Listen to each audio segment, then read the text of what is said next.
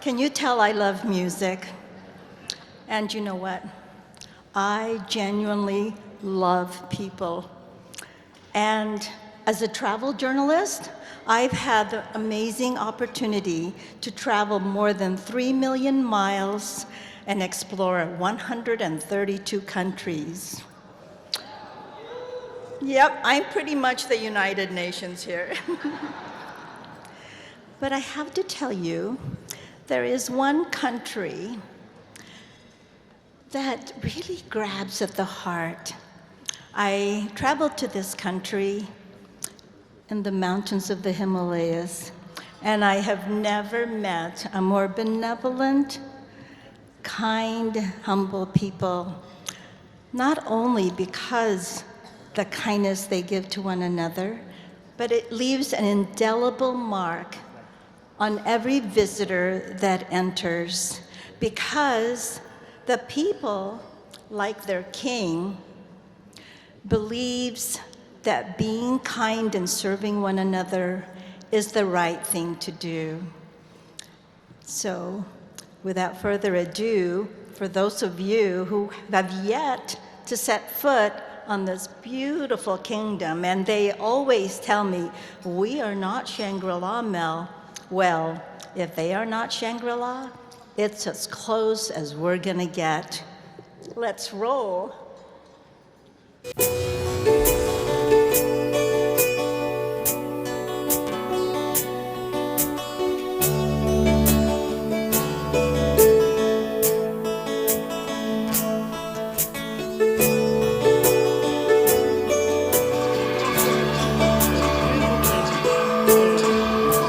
What is it about your childhood that set you on a path of service? I'm a simple man from a simple family. My parents, both very simple people, both villagers, as indeed are most of the Bhutanese.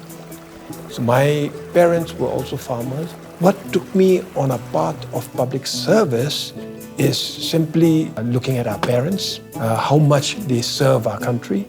And you grew up surrounded by this beautiful environment. Every Bhutanese grows up in a landscape where our spirituality is still vibrant and alive. Our nature is still pristine. I suppose our spirituality and having grown up so closely with nature would definitely influence us, but the influence comes from the example of our kings. How they ruled, the gifts they've given us was our biggest challenge, to make sure that we are honest to the principles of gross national happiness and the ideals of a true democracy. Our calling is service, not personal gain. I've been given the opportunity to render service to our beautiful country, to our great people. I am a servant. There's a lot of service left, and that I must continue to serve.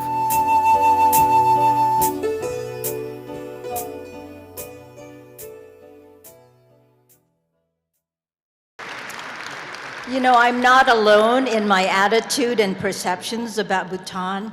There is a gentleman amongst you who, like me, fell in love with the country of Bhutan, and his family was among the first when the country first opened up to the outside world to visit, and I want to introduce him to you right now. Mr. Stephen Hoke, would you please come up?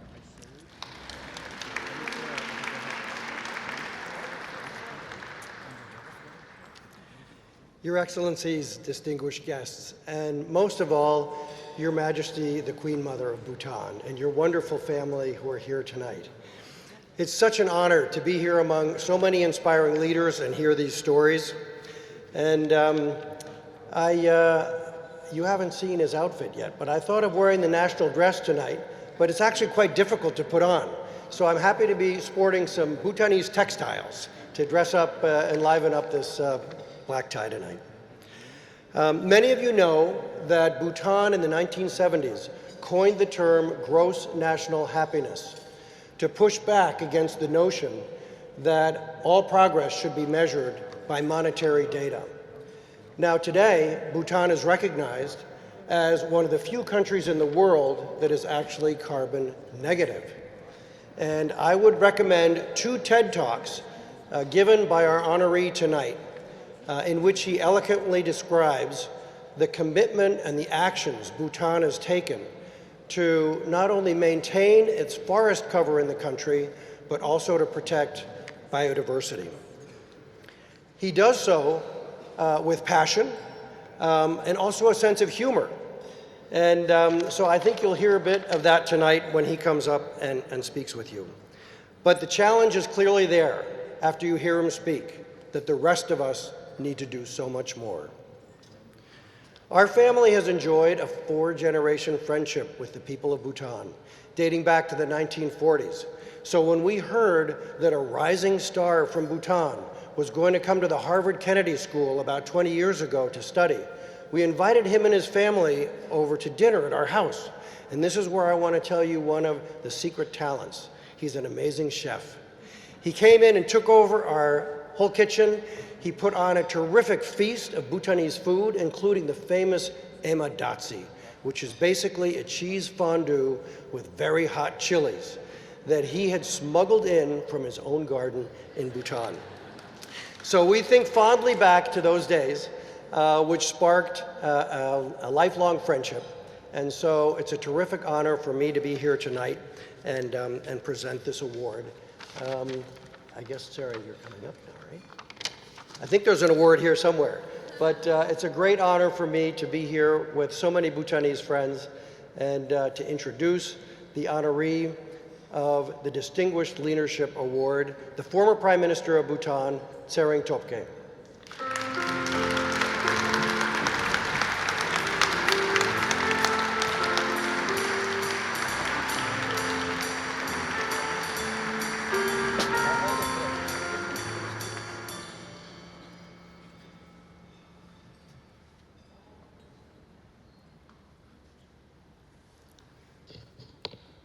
Just making sure you're still around.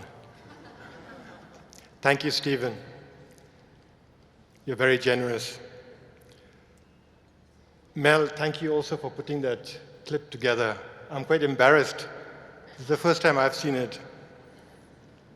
Your Majesty, Excellencies, distinguished guests, ladies and gentlemen, I'd like to speak about enlightened leadership. But before I do that, I should first thank the Hospitality Committee of the United Nations delegation for giving me the Distinguished Leadership Award. Thank you.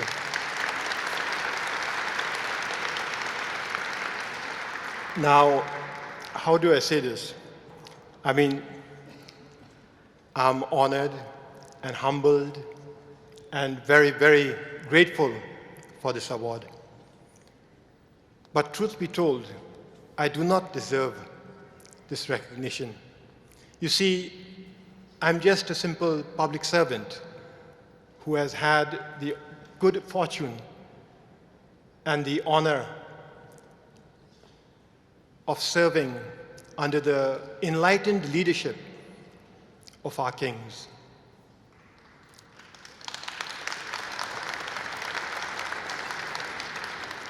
To me, in enlightened leadership, leaders exercise wisdom, compassion, and courage. 3 virtues of the Riksum Gyomba. These are bodhisattvas, or enlightened beings that choose a life of service instead of entering nirvana. Enlightened leadership is why in Bhutan we have made good social progress in healthcare, education, and poverty reduction, even though we are a poor country. Enlightened leadership is why Bhutan is the world's custodian of a unique culture and tradition, even though we are a small country.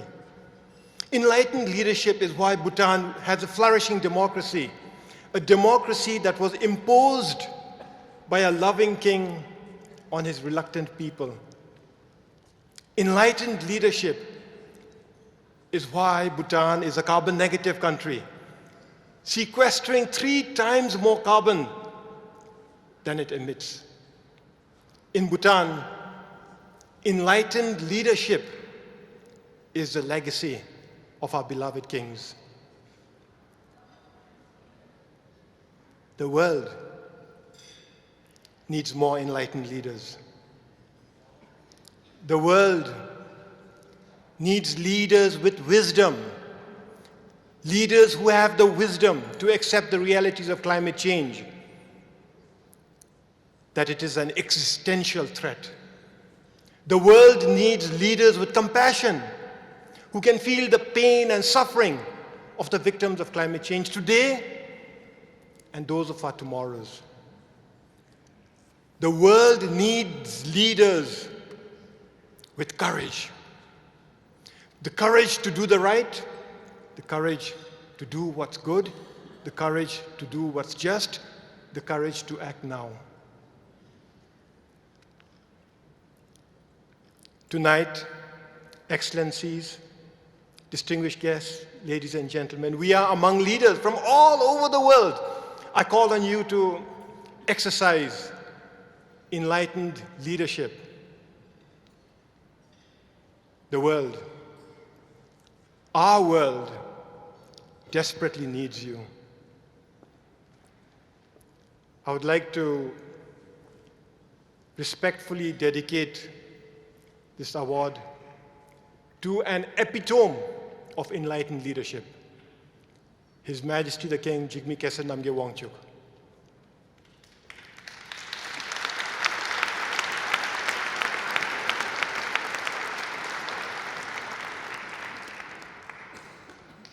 May his example be an inspiration to leaders throughout the world. Thank you very much.